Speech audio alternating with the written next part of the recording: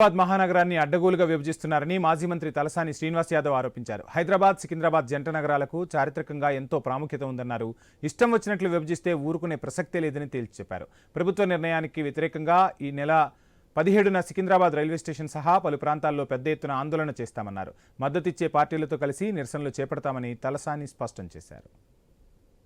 హైదరాబాద్, మల్కాజిగిరి, సైబరాబాద్ అని 3 కార్పొరేషన్ల కింద అని లేకపోతే 3 డివిజన్లు కలిపి ఒకటి అనేటువంటిది మనకు క్లియర్గా ఏదైతే జంట నగరాల చరిత్ర ట్యాంక్ బోర్డుకు ఇటువైపు హైదరాబాద్, ట్యాంక్ బోర్డు అటువైపు సికింద్రాబాద్. ఈరోజు దేశం ప్రపంచంలో లష్కర్ బోనాలంటే చరిత్ర ఉన్నటువంటిది. సికింద్రాబాద్ ఒక కార్పొరేషన్గా ఉండే 3 కార్పొరేషన్లు ఏర్పాటు చేస్తామని సైంటిఫిక్గా కాకుండా వాళ్ళ ఇష్టానుసారం ఏదో రాచరిక పాలన కొనసాగుతుంది, మా సామ్రాజ్యం ఉంది, మా ఇష్టం ఉన్నట్టు చేస్తామంటే ఇక్కడ ప్రజలు వాళ్ళు యాక్సెప్ట్ చేయడానికి సిద్ధంగా లేరు.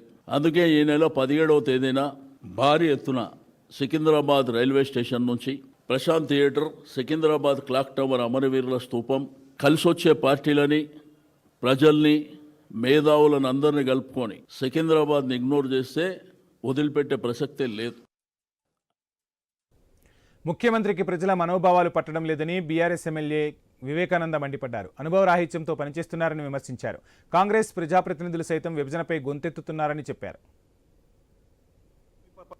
శ్రీధర్ బాబు గారు దీన్ని మేము ఆలోచన చేస్తాం, మీ అభిప్రాయం తీసుకుంటే 3 ఏళ్ళ 4 ఏళ్ళు ఎవడా నువ్వు 3-4 చేస్తానికి? ఆల్రెడీ హైదరాబాద్ ఉంది, మన సికింద్రాబాద్ ఉన్నది, చుట్టుపక్కల ఉన్నటువంటి శివారు ప్రాంతాల్లో 9-12 మున్సిపాలిటీస్ ఉన్నాయి. అరే కొన్ని గ్రామాలు ఉన్నాయి, గ్రామీణ వాతావరణం తీసుకొచ్చి కార్పొరేషన్ చేస్తా అంటాడు ఈయన. ప్రజలని ఇబ్బంది, ప్రజలకి అందరూ కూడా ఇది ఒక శిక్ష, పెద్ద శిక్షనే పోతుండే రేవంత్ రెడ్డి సర్కార్. పెద్ద ఎత్తున దీనిపైన పోరాటాలు, ఉద్యమాలు తప్పవు.